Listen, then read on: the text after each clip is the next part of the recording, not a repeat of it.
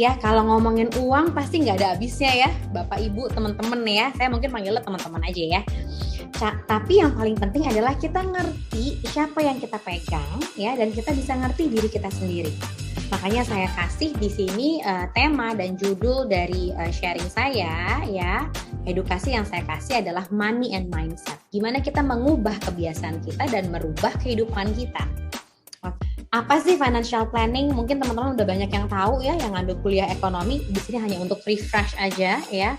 Kenapa kita harus belajar financial planning? Intinya adalah financial planning itu sebenarnya menolong kita untuk kita bisa punya kehidupan keuangan yang lebih baik gitu ya. Financial planning itu nolong kita untuk punya tujuan keuangan ya yang terintegrasi, terencana ya. Dengan setiap season hidup kita ini pasti ada porsinya masing-masing ya. Terakhir saya mau bilang di sini di slide ini adalah ya, tidak tergantung berapa banyak uang yang kita hasilkan, tapi gimana kita mengelola punya uang gitu ya. Tapi bedanya juga karena kesehatan kita itu terbatas, artinya di usia 55 tahun biasanya juga produktivitas kita menurun, artinya income kita pun menurun.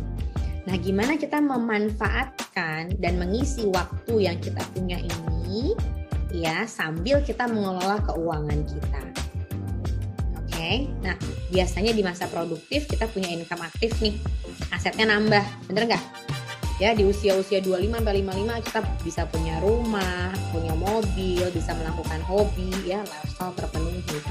Nah, apa sih yang harus kita siapin nih? Darurat, kalau ditanya harus berapa sih Kak gitu ya, punya dana darurat. Mungkin teman-teman juga udah bisa cari di literasi lainnya ya, 3-6 bulan aja udah cukup. 3-6 bulan pengeluaran bulanan ya, tergantung orang kantor kah, bisnis kah, single kah, menikah. Rata-rata 3-6 bulan itu harus diutamakan.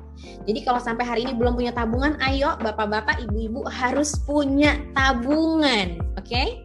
Nabung sampai 3-6 bulan itu terpenuhi di hidup teman-teman semua. Sesimpel itu teman-teman kerjakan, ya teman-teman dapat uangnya. Tapi jangan salah fokus, jangan fokus sama uangnya, fokus sama sumbernya gitu ya. Oke? Ya, nah waktu kita ngatur uang teman-teman itu sangat berhubungan dengan namanya kebiasaan. Oke? Karena kita sudah terbiasa GoFood mungkin. Kita sudah terbiasa belanja mungkin. Kita sudah terbiasa 2 bungkus sehari rokok mungkin ya. Kita udah terbiasa harus ke Alfamart beli coklat gitu ya, atau beli permen coklat apapun minimal 100.000. Coba 100.000 kali 30 hari, 3 juta loh. Memang ya kita jadi kena dampak, artinya ya akibat ya. Karena itu kita jadi mungkin harus mengurangi porsi yang lain-lain. Tapi itu kan bentuk tanggung jawab kita terhadap utang yang sudah kita ambil. Ya, disiplin diri memang sangat diperlukan gitu ya. Tapi teman-teman harus ingat goalnya. Goalnya kita disiplin sekarang, tapi enak nantinya. Ya, jadi nomor 1 adalah lunasi hutang dan hidup on budget. Self control itu sangat dibutuhkan.